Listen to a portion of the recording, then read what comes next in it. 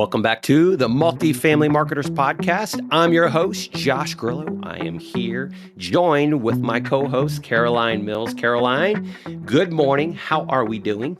Hello, I'm having a great day. How are you doing today? Oh man, I am doing fantastic. I am excited because today we are talking about one of the most incredible marketing topics, SEO. So what Caroline and I decided to do is over the next few episodes is to do a deep dive into SEO and create kind of a mini series, if you would. We're going to talk about everything, all the basics of SEO. We're also going to get into some of the more technical stuff, such as generative engine optimization, that GEO or AI overviews. We'll talk about schema, site structure, offsite linking, and all that stuff. But when it comes to SEO, you got to remember, it is kind of technical, but we are going to really try to break it down, make it easy to understand, kind of serve it up in little bite-sized nuggets, if you would, over these next few episodes. So, Caroline, the SEO world, I know you love it. You love it as much as me?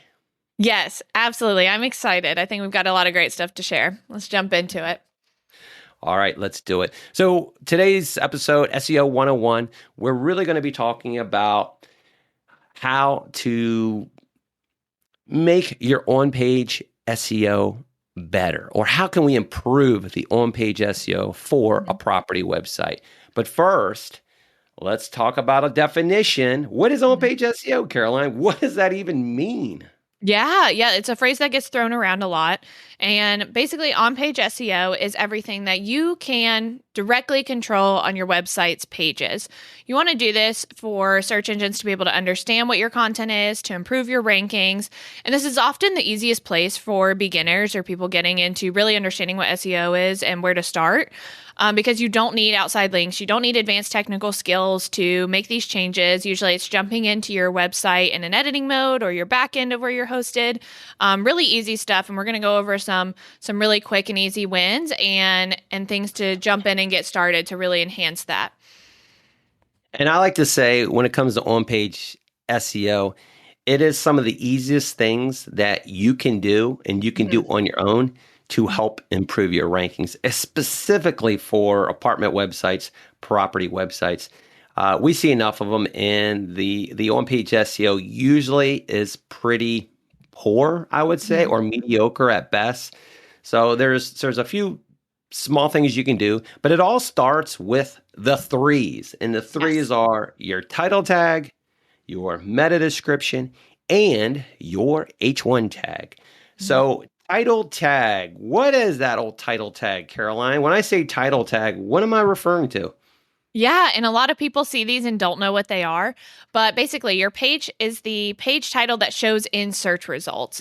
You want this to be unique, you want it to be descriptive, and you want it to include your primary keyword. You know, we hear us all the time saying, include apartments, include apartments, include apartments. And this is that part where you are including apartments, where you're talking about your title tags and what is going to come up on Google when they're searching your property. What is that going to show for somebody to be able to click your name and see what your page is about? So that title tag, when you do a Google search, we're just going to use Google as our default search engine for this episode. When you do a Google search for, say, your property name, it is going to be the little blue highlighted link that usually has your title tag. That's it. It's that clickable link. That's going to be your title tag. Now, the second part of that is meta description. So the meta description, that's kind of your description of what that person, what they're clicking on. It gives them a description of what your site is about. So there's some tips and tricks on doing this properly, and we'll go through those in a second. And the last part of that is the H1 tag. Now, what is the H1 tag, Caroline? Yes, you hear that a lot. And you'll hear H1, H2, H3. H1 is your header tag. So think of this as the outline for your page. So this is your main heading on your page. Anything after that, H2, H3 are going to be subheadings. And you want to include keywords here where it fits naturally. So you've got it in your title tag, you're explaining it, you're explaining what the page is about. And then when somebody gets to that page, this is the main heading on this page. This is what Google is going to see first when they're scrubbing that page. So you're saying when I go over to a property website and as soon as I land on that page, they usually have a hero image, or maybe there's an image of the property there. Mm-hmm. And then there's usually some text on that image. Is that text? That's the H1, right? That's the Yes, headline. it often is. Yeah, a lot of times it is. And you'll see it when you go in there to do any kind of edits. It will often tell you it's a heading or an H1. They might have different phrases for it. But yeah, if it is your main heading for your page, absolutely.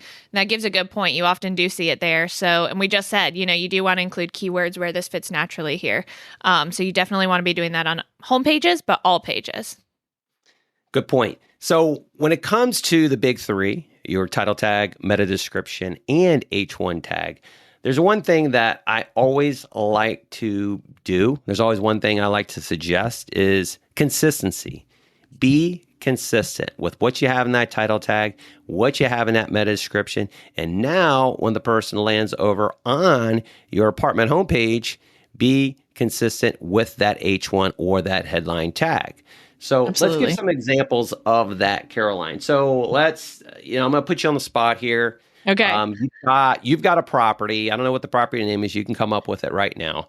But let's go ahead and create a sample title tag for your property. What's that going to be? Okay. We're going to be luxury lofts. And let's do this. No, never mind. Changing my mind. We're going to do just Main Street apartments. Okay. I don't So want to how put would someone that in a look? corner with lofts or townhomes. Let's go generic apartments. Okay, so your apartment community is Main Street Apartments. So how are you going to, or well, not say how are you going to, but what would be an ideal title tag for Main Street Apartments? What would that look like? Okay, so you want this to look, you usually have about 50 to 60 characters to do this, depending on your web service. This would look something like luxury 1 and 2 bedroom apartments in Raleigh, North Carolina, Main Street Apartments. So now we've hit a few things. We've hit the name of our community is in there.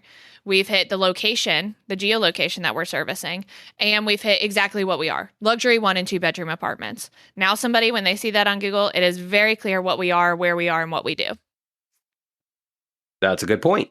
And we'll mention characters. So what happens is with Google, typically Google has a character limit for their title tags, and usually the rule of thumb is under 60 characters.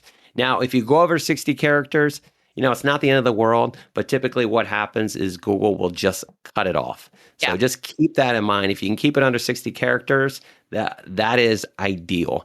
And one thing Caroline mentioned was having the actual location of the property in that title tag name, because that is going to help with SEO. That is going to help with ranking that website. For example, if somebody is typing in luxury 1-bedroom apartments in Raleigh, you're going to have a better opportunity of showing up on Google and the Google search results by having that actual text in the title tag for your website. So that's just Absolutely. one little small example of what you can do. Now let's take it a step further and let's talk about that meta description, that description of that website. So how would we lay that out, Caroline, for your Main Street Apartments? What would that look like? Are we repeating the actual location? The kind of the same thing you have in a title tag of luxury apartments in Raleigh, North Carolina. Are we repeating that again in the description?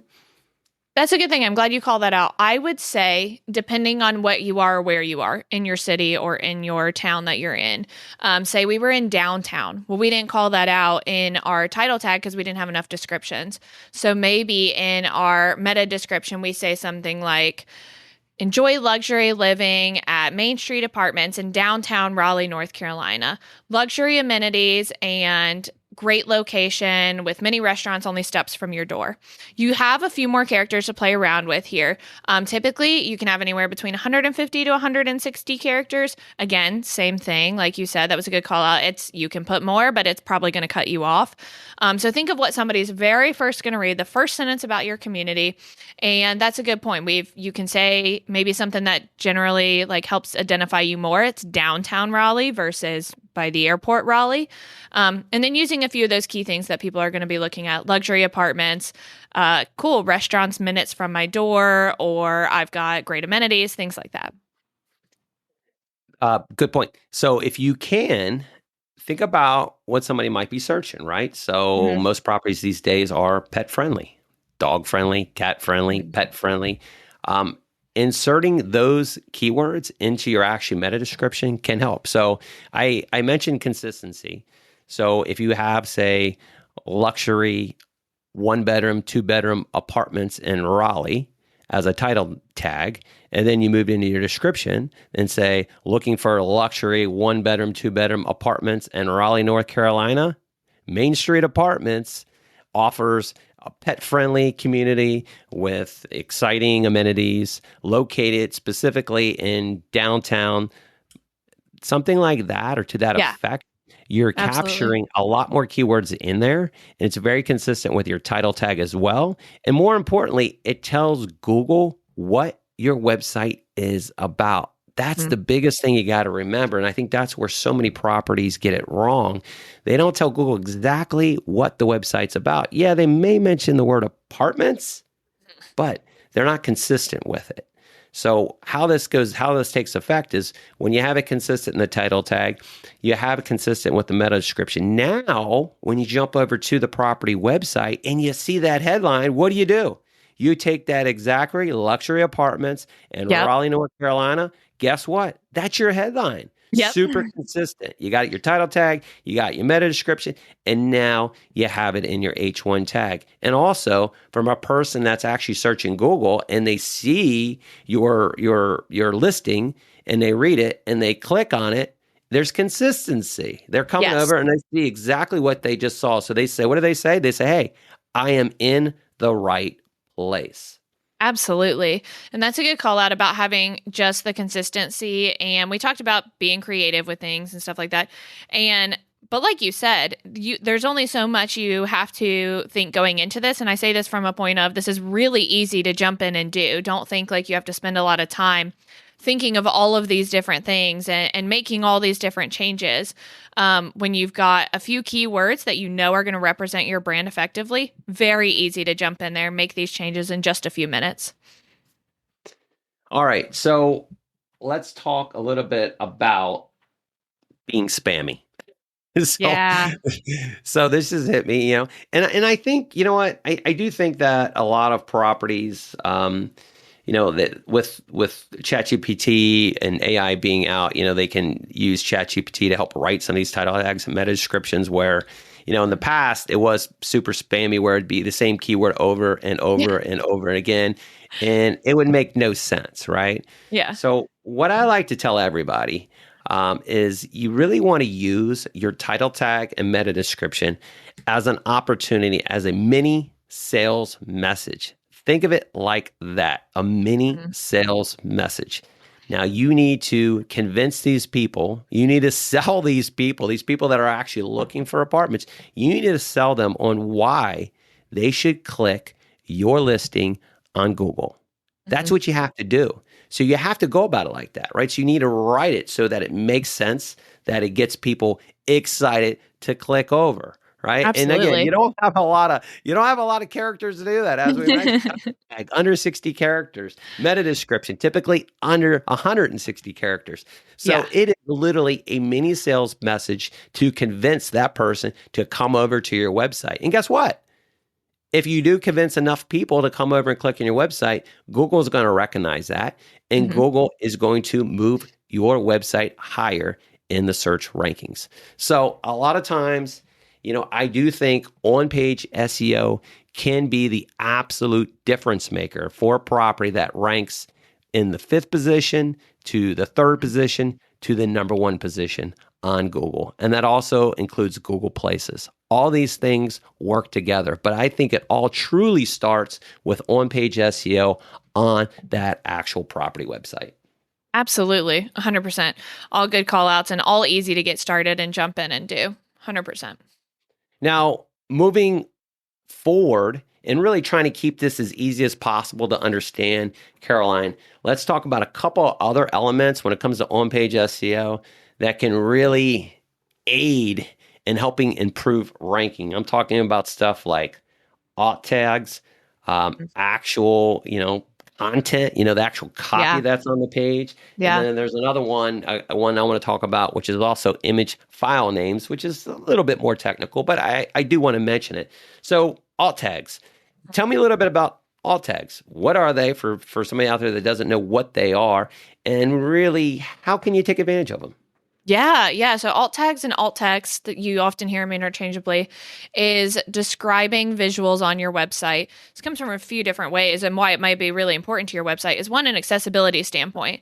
If you have anybody who may be visually impaired or just needs accessibility help on your website, this is what it reads out to somebody on your website, and tells them what they're looking at. So if it is a photo of a girl running with a dog through a grassy field, that I just put that in your head, and now you in your head are picturing a girl running with a dog through a grassy field. And so you want this to say that on your photo. If it just says outside, now we all have 50 different images in our head of what outside is. And so the reason why you want this, one, just accessibility. And then two is, again, Google is crawling all of these things. It is reading everything possible on your website. And so when there are things that are related to your community, and you could say pet-friendly apartments with a girl running her dog outside in a grassy field. Well, now it's reading your photos and it says, okay, these are pet-friendly. There's dogs listed on this website. Now when somebody's looking for dog-friendly apartments or apartments that allow dogs, now I'm just getting extra time and extra keywords there in my alt text to help feed that to Google. So great from an accessibility standpoint, which we want to aim for with all of our websites. And then two, giving those extra alt tags for Google to continue to read you. Think of your normal property website and how many pictures are on there. I mean, there can be anywhere from, 30 to 75 pictures, and that could be between the gallery, between your headers on your pages, anything you've got, and you see them all the time. And so you do want all of these labeled. Can be a little time consuming up front, but there are AI services that are starting to do it. Some website vendors are doing AI ones. I say just be careful with them. It's relatively new in the space in the last year. So just make sure you're reading them over. Sometimes it'll stick property names in there. Sometimes it won't describe it effectively on what it's seeing. So just think, hey, if I'm reading this alt text, if I couldn't see the photo, does it make sense of what it is? And is that helping explain key amenities or features, especially features? Oh my gosh, like granite countertops, stainless steel appliances. Now you're getting really specific. It's not just a double-side refrigerator. It's a stainless steel double-side refrigerator with an ice maker. So now you're hitting a lot more things from an accessibility and from a crawling standpoint. So that's super important. So basically, we're taking the image and we're actually building up some SEO value off of that image, Absolutely. right? From an accessibility standpoint, obviously, but kind of sliding in some keywords in there as well. That makes sense for the property. So it's super important. Then piggybacking on that, Caroline, you can actually, and this is where it gets actually time consuming, is the actual file name. So you might have the file on your desktop, like, .jpeg, it's a picture image. So it's probably a .jpeg or a .png, but actually renaming that picture to fit what you're talking about in the alt tag. So it could be, if it's a picture of a pet park, it could be a dog-friendly apartments could actually be the file name. Dog-friendly apartments.jpg could be the file name for that image. That can also help and give you SEO value. So that's a little small tip there, but something that's kind of a big takeaway. You think about that when you have, 20, 30, 40, 50, 60, 70 images on a website, that can all add up. Just keep in mind, you don't want to be spammy. You don't want to be jamming a bunch of keywords over and over and over again that are the exact same keyword. We want to be real. We want to give real value. We want to give context to exactly what our site is about. And that's how Google will look at it, and that's how Google will read it. Absolutely. So another thing, a big thing, is content, the actual copy on these websites. So what is your thought there on copy on the websites, Caroline? I like it from not only an SEO standpoint, but just me as a user. And maybe I obviously overcritique some property websites, but how often I can tell you that I go to a property website and I go to the amenities page and it's just bullet points with amenities. Nothing about it, no photos, nothing to help me. Or I go to the neighborhood page and it is just a map with just a pin location in it. And I'm like, well, that's not helpful. Like, that doesn't tell me. I love getting to have extra content on pages. One, it's really important just to give your prospect information. We've talked about in other episodes, like how often our prospects are shopping online without ever being able to come to the community and see us. So one, really paint the picture for them, really give them everything they could possibly need to know about your website. Give them all those selling points, grab them in, use all those keywords. Don't be too spammy with it, but add value where it's needed. If I come to your amenities and I see, I might see like, laminate countertops, and then under it, I might see granite countertops, and one has a star next to it. If you have renovated apartments, put that on your amenity page. Below are a list of our unique features within our apartments. We offer classic units and renovated units. Below, you'll see great features that highlight both of these, something like that. Or go to the neighborhood page, like we called out earlier. Main Street Apartments is in downtown Raleigh, per se. Now I go to the neighborhood page, I see a map, now I see some locations around you, and you say, we are located at the corner of this and this. You are steps away just from your local Harris Teeter, from your local shopping, you are near these restaurants. Now in my head, I'm like, okay, I know downtown Raleigh. Now I've got this description. Now I can start clicking and interacting with your map. So the copy does play a huge part, one, in just helping your prospects know what they're looking at. And then two, like we've been talking about, it's just all this crawling that Google's doing and constantly placing you near stuff. So now somebody put in apartments in downtown near local grocery stores. Now I'm starting to come up for that, or near Harris Teeter, or whatever I have on there. I didn't have to put it as an amenity, but now because it's in my copy, it's crawling for me. Good point. Yeah. So obviously you have your copy that's on your homepage, that's going to talk a little bit about your community. So again, that's an opportunity for you to have a keyword phrase that's in that entry level, or that intro paragraph. If it's a luxury apartments in downtown Raleigh, North Carolina, whatever that keyword phrase you're going to have is, you want to make sure it's in that homepage paragraph. It can be on the homepage a few different times, as we mentioned, obviously in the H1 tag. But look at the rest of the pages on your website. It doesn't have to start and stop at the homepage, right? Yes. We're talking about your floor plans page, your amenities page, your neighborhood page, if you have one, even your gallery and contact pages. Yes. So each one of those pages, you really want to make sure you have your proper title tag, your proper meta description, and your proper H1 tags as well. Have Absolutely. copy on those pages. Have copy that explain a little about your floor plans, or have copy explaining about the neighborhood and points of interest and where you're located within those points of interest. And one other important thing when it comes to on-page SEO, guys, is this: interlink your pages. So Yes. link back and forth between your pages. So Google is following the trail, right? Even if you have a blog, some property websites have blogs that they actually keep up and they publish some good information. Make sure that these blogs are linking back to the conversion pages on your website, such as your floor plan pages, which is a really, really big one.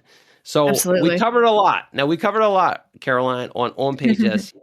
And it does go way deeper than this. We both know that. But it also gets super technical. And I don't think we want to do that to everybody listening, because it'll get boring pretty quickly. Yeah. So just in summary, guys, I want to do a quick summary, checklist, whatever you want to call it, right? As I said, the quickest way to achieve or improve, potentially improve your rankings in Google are to focus on the big three: the title tag, meta description, and your H1 tag, right? Have a consistent keyword in all three of those. Typically, where you're located at is it. Location with the word apartments is typically what you want to have. So title tag, meta description, H1 tag, ideally have those all very consistent if you can. Next, alt tags, as Caroline mentioned, really explain what that picture is, right? It gives you an opportunity to also embed some keywords in those alt tags as well, which Google is going to look at, it's going to read, and it's going to help you improve your overall ranking. Image file names, it is labor intensive, I know, but changing some of those image file names, those JPEGs, to actually some of the keywords or are mirroring what's in the alt tag would be ideal. Your copy, having copy on all your pages, right? Having copy that's well written, that reads nicely. where you're going to have some of those keyword phrases as well all throughout that website. Makes a lot of sense. And then don't forget, at the end of the day, you also want to interlink these pages, right? You want to link up floor plan pages back to your homepage back to your neighborhood page, your blog pages that talk about areas in the neighborhood that link to your neighborhood page or your floor plan page. So interlink your pages back and forth. So that's a good kind of running checklist for you to take away from this episode. Caroline, any last thoughts, any last things you're thinking of before we wrap up this episode? I'll just relate this while we were talking about this. Go back to our very first episodes where we talk about digital curb appeal. And just again, look as if you have the prospect or the renter's eyes. Look at them. You know your community inside and out, so it's really easy to overlook some of these things. But go to your website with fresh eyes, fresh start. Make sure everything's spelled correctly. Make sure your grammar's right. Also an important part of Google reading it. And just take a look at it. Look at it with fresh eyes and get into it. It's really easy to start off with these few things. So this could be done pretty quickly per community. Great advice. And as I said, this is the very start of our little mini series on SEO. So again, we are trying to keep it kind of high level, kind of basic. So it's a general understanding for, kind of like a guidepost for everybody. Next episode, we'll probably jump into more generative engine optimization or AI overviews, that whole world, and talk about, how structuring your website and how to set it up for that as well. And then we'll move into some deeper stuff in our third episode of this series. So with that, I will wrap up the show. Caroline, thank you for your input as always. And for everybody out there, if you would, just take a second, leave us a review or share this podcast, this show with other team members. We would really appreciate it. It helps us grow and get more excited about what we're doing here. So thanks again. And this is the Multifamily Marketers Podcast. I'm Josh, and there's Caroline, and we will see you next week. Bye-bye. Thank you, guys. Bye.